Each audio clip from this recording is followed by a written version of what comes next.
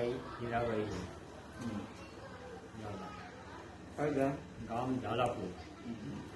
પેલા તમને ખબર હતી બીપીનું? પહેલાં મને બીપી હતો અને એમની દવા લેવાથી ઘણો ફાયદો થઈ ગયો. કોને કહ્યું બીપી છે એવું તમને? બીપી આપણા ડૉક્ટર સાહેબ. ચેક કરી દઉં ને? હા, ચેક કરી. તમને ખબર હતી પેલા દાદા કે બીપી છે એવું? ના, એ પહેલાં મને ખબર નથી.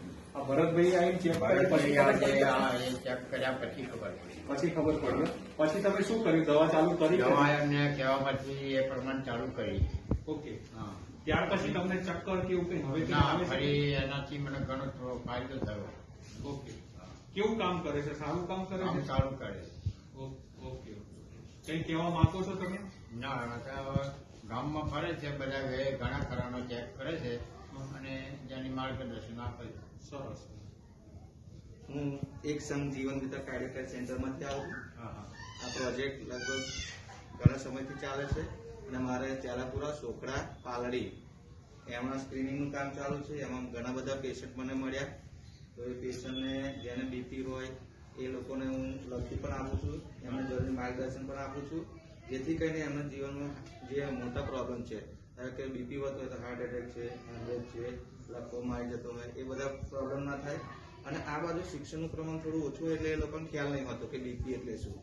એટલે એ લોકોને આ વિસ્તાર એવો પસંદ કરે છે કે જે લોકોને ખ્યાલ નહીં હોતો. આ સ્ક્રીનને લીધે લગભગ ઘણા બધા લોકો બીપીથી માહિતગાર થયા અને મોટાભાગના પ્રોબ્લેમ લગભગ બીપીથી થતા હોય.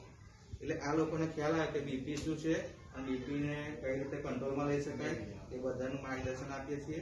ડાયાબિટીસમાં પણ એવું છે કે ડાયાબિટીસના જે પેશન્ટ હોય એ શુગર એમનામાં વધારે હોય એટલે એ લોકોને ખ્યાલ નહીં હોતો, શુગર શું એ જ નહીં ખ્યાલ હોતો.